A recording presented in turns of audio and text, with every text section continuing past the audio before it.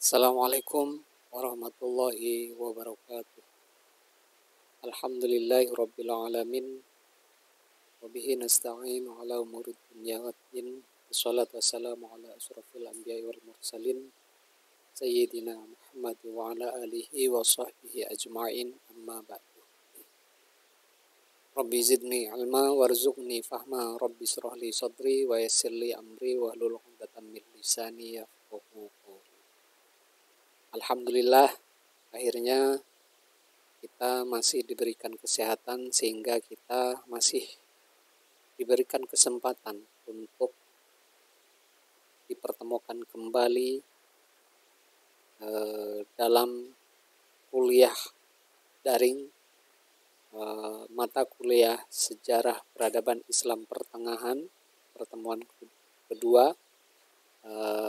Kali ini kita akan membahas tentang Andalusia di era Mulukut Tawaif, di mana kalau pada periode klasik telah kita pelajari kejayaan Islam pada masa dinasti Umayyah adalah salah satunya mampu meluaskan kekuasaan Islam hingga Andalusia atau Spanyol atau Eropa. Andalusia inilah yang menjadi salah satu daerah yang menjembatani saluran keilmuan Islam dengan masyarakat Eropa. Kalau teman-teman masih ingat, di mana pada universitas-universitas yang ada di Andalusia banyak tokoh-tokoh Kristen, masyarakat Kristiani yang menempuh atau belajar di kampus-kampus yang didirikan atau di tempat-tempat pembelajaran yang didirikan oleh Islam. Hal inilah yang menurut para sejarawan bisa dikatakan sebagai jembatan yang menghubungkan atau menjadi salah satu media yang memberikan kenyataan historis bahwa Islam itu memiliki peran yang cukup besar terhadap Renaissance di Eropa dan termasuk Abbasiyah pada masa keemasannya. Tentu kalau kita masih ingat, Andalusia ini merupakan salah satu capaian dinasti Umayyah dalam melakukan ekspansi kekuasaannya. Akan tetapi, kejayaan Islam di Andalusia itu tidak mampu bertahan lebih lama. Dari awal, kalau saya masih ingat, kalau nggak salah 750 ya, 750 di mana Andalusia itu menjadi 710 Islam masuk ke Andalusia, kemudian 752 itu Andalusia itu memerdekakan diri dari dinasti Abbasiyah, di mana sebenarnya dinasti Umayyah inilah yang kemudian dikatakan sebagai awal mula dari kelahiran dinasti Umayyah II di Andalusia.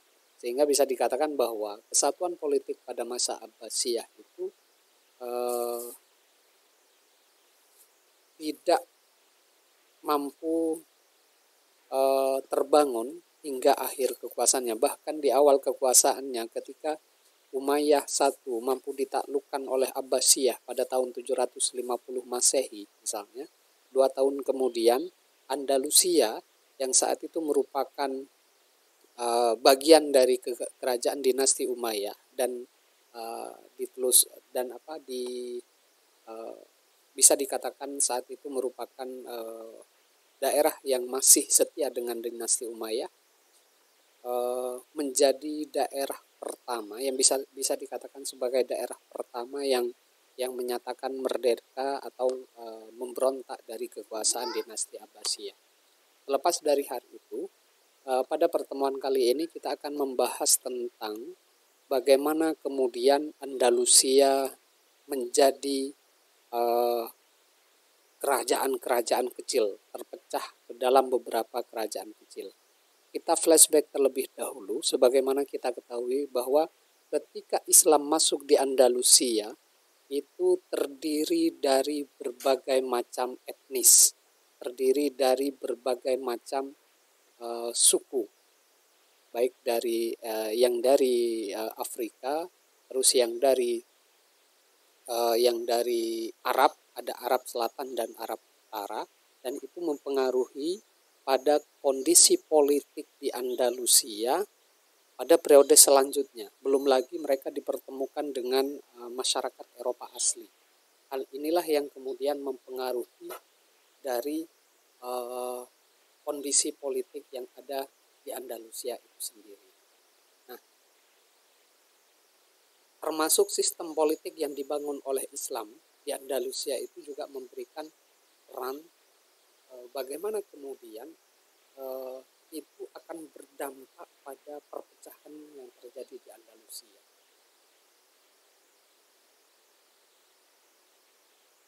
Lebih dahulu, misalnya Umayyah ini bisa dikatakan ya ini bahwa Andalusia itu merupakan bagian dari dinasti Umayyah. Ya. Jadi dinasti Umayyah yang merupakan pendirinya adalah Umayyah, Utsman bin Affan, dan Abu Sufyan. Tetapi dinasti Umayyah ini adalah dinasti yang lahir 2 tahun setelah berdirinya dinasti Abbasiyah. Gitu ya. Nah, ini yang menjadi daerah kekuasaan Islam di Andalusia.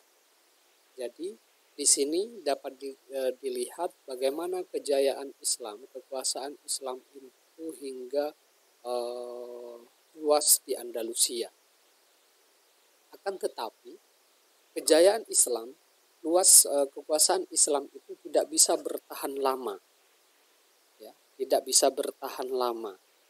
Dari semenjak tahun 710 ketika Islam mulai masuk di sana, ya, ketika Islam mulai masuk di sana, kemudian 80 tahun kemudian itu Islam itu kekuasaan Islam itu masih terus mengalami penyusutan.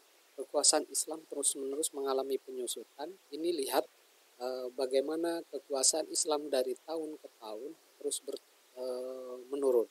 Bahkan pada tahun 1300 kekuasaan Islam itu hanya tinggal di daerah Malaga, daerah Malaga. Nah, ini pada tahun 790 kekuasaan Islam itu sudah mulai mengurang. Terus pada tahun 900 semakin kurang lagi sampai 1150 hingga tinggal separuh, dan pada tahun 1300 itu sudah tinggal bagian ujung Andalusia. Tentu kalau kita bertanya semacam ini apa faktornya?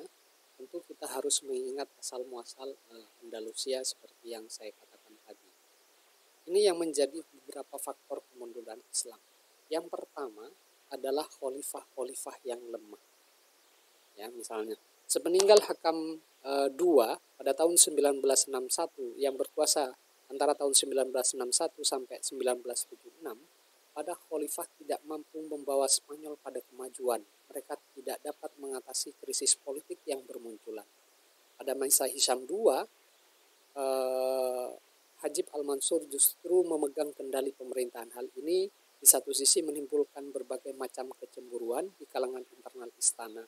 Permusuhan internal tidak dapat dihindari lagi yang memancing pemberontakan di Cordova sehingga mengakibatkan Khalifah Abdurrahman mundur dari jabatan. Nah, khalifah-khalifah yang lemah itu juga kita ingat bahwa pada masa Hisham ini, ya, Hisham itu merupakan penguasa yang dianggap sejak kecil, dan ini yang menjadi faktor mengapa khalifah itu bisa dikatakan sebagai khalifah, sehingga ada banyak peluang bagi para pembesar-pembesar kerajaan Islam waktu itu di samping Hisham ini memainkan peran terhadap perpolitikan di Khalifah Umayyah II di Andalusia. antara tahun awal abad 11 sampai pada awal abad 13, disintegrasi politik kekuasaan Islam di Andalusia benar-benar mencapai puncaknya. Menurut A.R. Nick, kekuasaan Islam di Andalusia terpecah ke dalam 23 dinasti, tapi ada juga yang menyebutkan lebih dari 30 negara kecil berkuasa di berbagai bagian Andalusia. Sebagian di antaranya hanyalah negara kota. Raja-raja kecil yang berada di sekitar pusat kekuasaan Islam Andalusia, inilah yang oleh orang Arab disebut Mulukut Tawaqif. Inilah yang disebut era Mulukut Tawaqif, di mana kerajaan Islam dinasti Umayyah II di Andalusia itu terpecah ke dalam 23 kekuasaan. Terus, nah,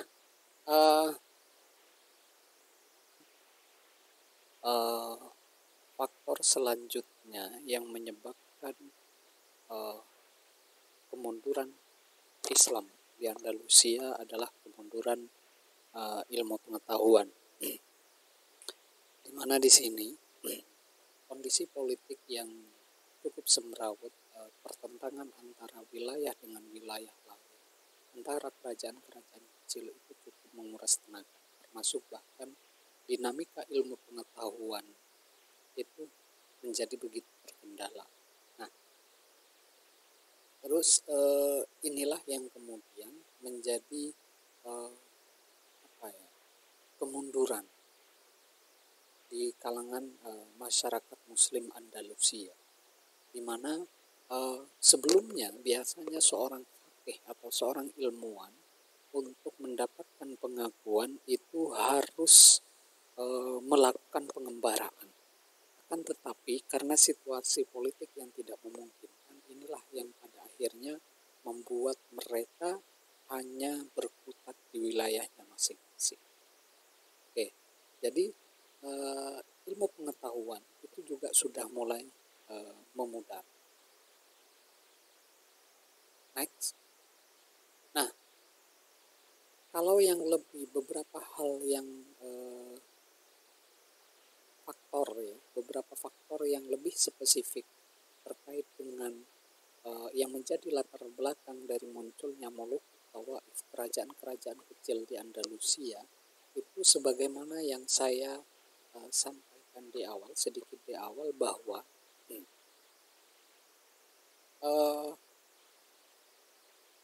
kekuasaan Islam di Andalusia langsung dihadapkan pada munculnya konflik internal yang sangat rumit. Hal itu dengan yang disebabkan oleh karena pluralisme atau banyaknya bangsa-bangsa yang hidup di Andalusia, dari bangsa Barbar, terus dari Afrika Utara, ya, Islam Maroko, bahkan yang paling dominan Islam Maroko. Maka nanti ada istilahnya bangsa Moro, ya, bangsa Moro yang kemudian terjadi di Filipina, itu juga merupakan tidak terlepas dari sejarah Islam di Andalusia ini.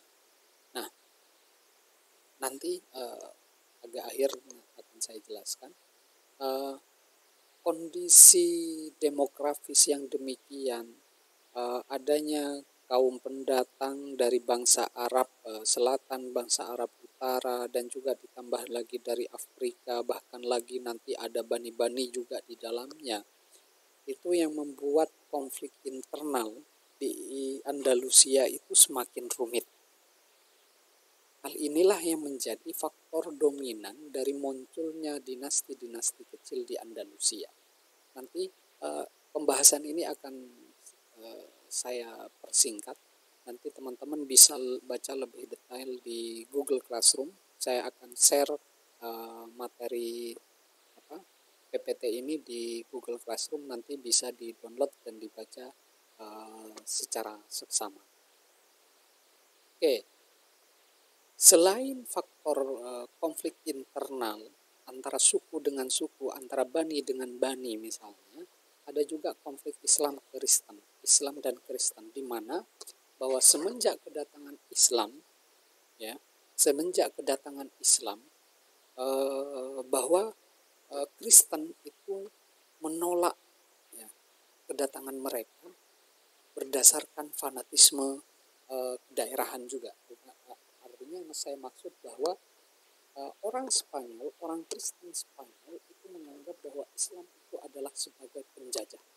Karena itulah mereka, fanatisme inilah, nasionalisme inilah yang kemudian mengkristal dan terus menerus mengerongkongi istilahnya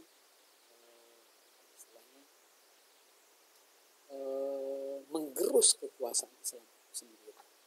Apalagi nanti sistem pemerintahan Islam yang diterapkan di Andalusia itu sangat toleran. Jadi tidak ada yang namanya pemaksaan orang Islam harus pindah dengan orang Kristen dan lain sebagainya. Bahkan secara kultural sebenarnya kalau kita belajar pada era klasik dengan sistem yang toleran itu, bahkan banyak orang-orang Kristen yang hidup dengan kebudayaan Arab. Mereka biasa, orang-orang Kristen biasa menempel lukisan misalnya seni kaligrafi di dinding-dinding mereka, karena mereka menganggap bahwa itu bukan tidak ada nilai hubungannya dengan nilai agama, tetapi mereka menganggapnya sebagai murni bernilai seni. Seakan-akan mereka itu hidup dengan kultur orang Arab, tetapi mereka bukan Islam, mereka tetap dengan Kristennya, gitu ya. Nah, terus akan tetapi nasionalisme keagamaan, nasionalisme kedaerahan itu tetap bercokol kuat di hati mereka, di hati para penduduk Spanyol asli, sehingga selama berabad, selama bertahun-tahun, ratusan tahun Islam berkuasa di sana, ini gejolak nasionalisme dan fanatisme kesukuan kebangsaan Spanyol itu terus bergejolak kuat. Dan inilah yang kemudian menjadi benih yang telah akan merongrong kekuasaan dan kekuatan politik Islam di Andalusia. Jadi konflik, apalagi nanti ada kekuatan Kristen itu semakin kuat dengan menikah, dengan bersatunya kerajaan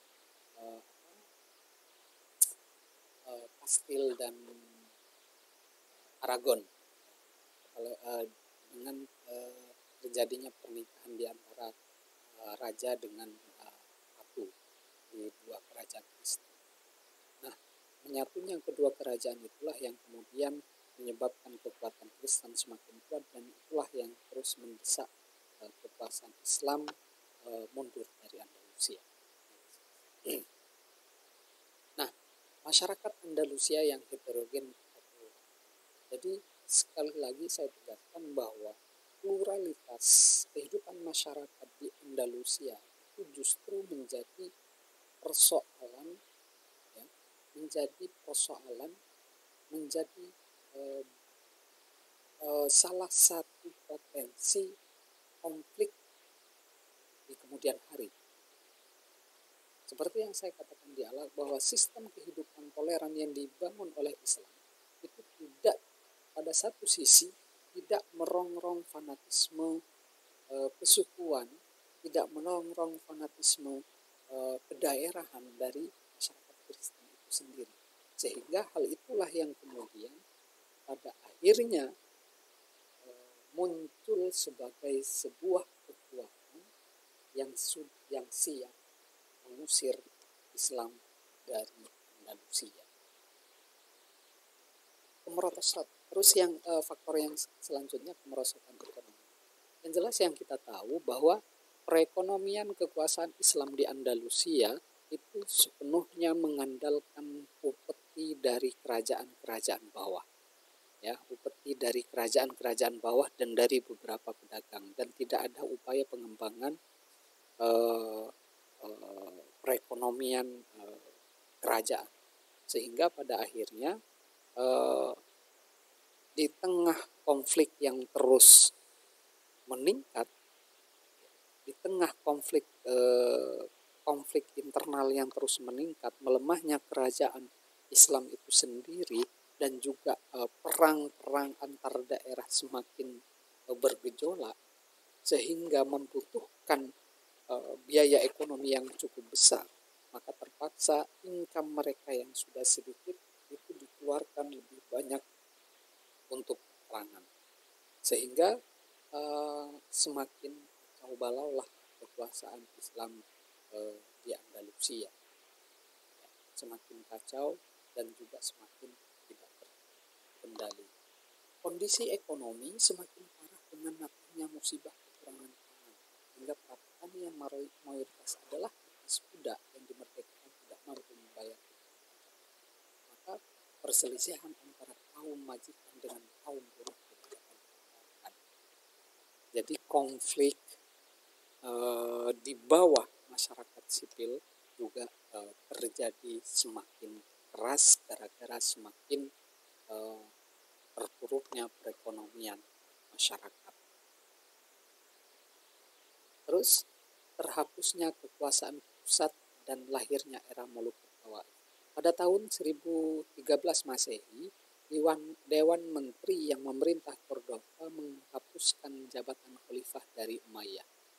Dari puing-puing kekhalifahan Umayyah muncul sejumlah negara kecil yang terus-menerus pertikaian dalam perang saudara, dan setelah sebagian dari mereka dikalahkan oleh dua dinasti Bani Maroko. Nah, setelah dihapusnya kekuasaan pusat sebagai simbol utama dari kekuasaan Islam di Andalusia, maka disitulah kemudian daerah-daerah kecil yang pada awalnya merupakan bawahan atau gubernur ya, atau amir yang berada di bawah kekhalifahan dinasti Umayyah Andalusia itu kemudian bangkit dan kemudian mendeklarasikan diri sebagai kerajaan.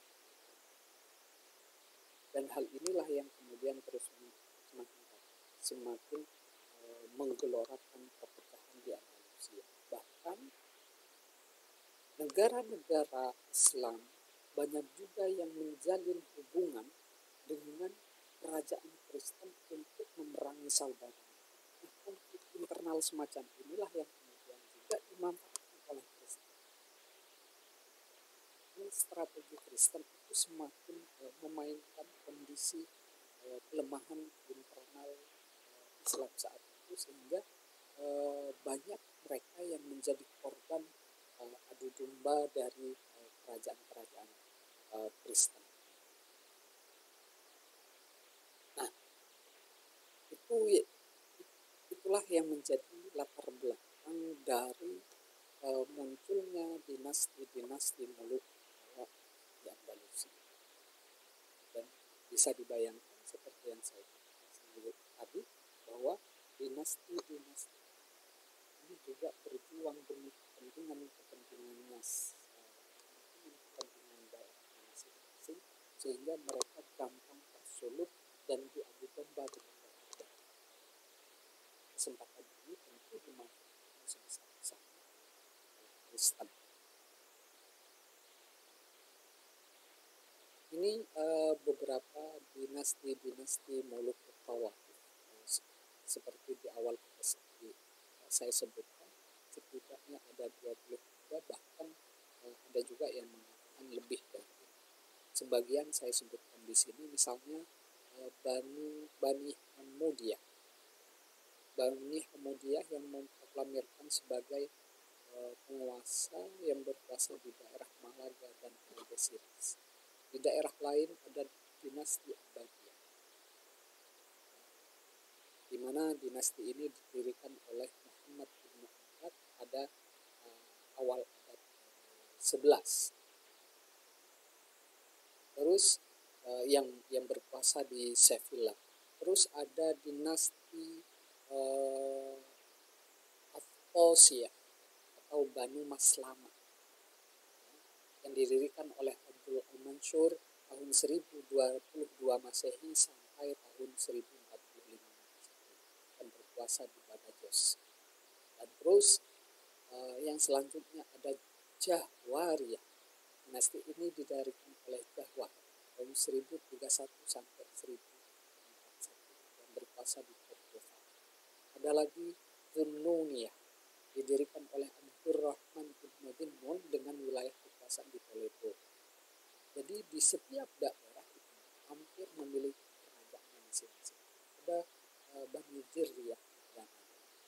Terus next, dinasti-dinasti lain misalnya termasuk Banu Yahya di Mebela, Banu Muzain di Selves, dan juga Banu Razim di Al-Rasin, Banu Qasim di Al-Puente, Banu Sumadiyah di Almeria, Banu Mujahid dan Banu Ghaniyah di Mayor, Ujibiyah dan kemudian Udiyah di Saragossa, Lerida, Bela, Alakayud, Deni, Saragossa. Nah, kalau teman-teman perhatikan, banyak sekali di antara kerajaan-kerajaan kecil ini hanya tidak mampu bertahan lama. Misalnya dari atas itu hanya ada yang 10 tahun, ada yang 20 tahun, ada yang 30 tahun, dan bisa dikatakan yang terlama itu ada misalnya kayak Sumadiyah di Almeria dari tahun 1000 maksud saya Banu Mujahid, Banu Ghaniyah di Mayorga dari 1022 sampai 1205, dan juga ini Banu Ujibiyah kemudian Ujibiyah di sana 1019 sampai 11. Nah, yang perlu kita pahami pada era di mana konflik internal dengan ego sektoral, dengan ego atau fanatisme kesukuan itu menjadi bara yang kemudian mampu menghancurkan kekuasaan Islam yang sempat jaya, tetapi akibat fanatisme kesukuan yang tidak kunjung berubah, pada akhirnya kekuasaan itu dan akhirnya hancur dan tidak tersisa. Apalagi ditambah dengan semakin agresifnya kekuasaan Kristen mengusir bangsa Islam di Andalusia. Makanya pada abad kalau nggak salah kekuasaan Islam di Andalusia itu berakhir pada awal abad 15 atau dari akhir abad 15 sampai awal abad 16, di mana di situ terjadi yang namanya Reconquista itu adalah desakan dari kerajaan Kristen kepada orang-orang Muslim, masyarakat Muslim yang masih tersisa di Indonesia. Dalam kebijakan politik tersebut, umat Islam dihadapkan pada dua pilihan. Yang pertama, mereka tetap bisa tinggal di Andalusia dengan syarat mereka harus memeluk Kristen. Mereka kalau tidak mau memeluk Kristen, maka dia diperintahkan atau dipaksa untuk keluar dan pergi meninggalkan Andalusia. Semenjak saat itulah kemudian masyarakat Muslim bahkan bisa dikatakan hampir punah, sepunah-punahnya, sehingga sedikit sebagian kecil bahkan bisa belum ada komunitas yang sejarawan yang mampu mengungkapkan komunitas Islam di Andalusia pasca Reconquista, setidaknya menurut pembacaan saya. Jadi semenjak saat itulah kemudian peradaban Islam, peninggalan peradaban Islam itu kemudian dikonversikan seperti yang awalnya masjid kemudian diganti menjadi gereja dan lain sebagainya, di mana kristenisasi secara besar-besaran itu benar-benar dilakukan. Mungkin untuk lebih detailnya silakan teman-teman bisa cari Islam di Andalusia. Sebenarnya banyak tokoh-tokoh yang bisa kita kenal yang merupakan tokoh ilmuwan yang lahir dari Andalusia, termasuk kalau dalam sejarah kita kenal Ibnu Khaldun. Maka nanti kita silakan teman-teman bisa cari referensi lebih luas terkait Andalusia era Andalusia. Dan ini juga menjadi tanda dari awal periode pertengahan. Jadi kalau minggu lalu kita berbicara bagaimana periode pertengahan itu dianggap sebagai era kemunduran, benar, tetapi dengan catatan bahwa kemunduran yang dicapai dalam konteks ini lebih kemunduran dan kemunduran ilmu pengetahuan menurut perspektif modern. Artinya, karena torak hukumnya adalah ilmu-ilmu modern. Berbeda kalau dalam keagamaan nanti pada era-era selanjutnya banyak muncul gerakan-gerakan yang menurut saya sebenarnya bisa diarti sebagai sebuah kemajuan dari. Saya tidak mengatakan bahwa era klasik itu lebih rendah, tidak, tetapi secara pemahaman karena suntikan istilahnya suntikan rasionalisme itu juga turut berperan dalam mengisi dinamika pengetahuan keagamaan, dinamika pemikiran keagamaan dalam Islam, sehingga hasil dari pergulatan itu lahirlah di mana sufisme, okultisme itu termasuk salah satu, bagi saya, menurut saya itu salah satu hasil dari pergulatan rasionalisme dengan agama Islam. Mungkin ini yang bisa saya sampaikan. Kurang lebihnya mohon maaf, jika ada kekeliruan mohon nanti silahkan teman-teman sampaikan koreksi kepada saya, karena saya juga manusia, bisa salah dan juga bisa hilaf istilahnya. Sekali lagi saya ucapkan mohon maaf atas kekurangannya. Wallahul muwaffiq ila aqwamit thoriq. Wassalamualaikum warahmatullahi wabarakatuh. Sampai ketemu lagi di lain kesempatan.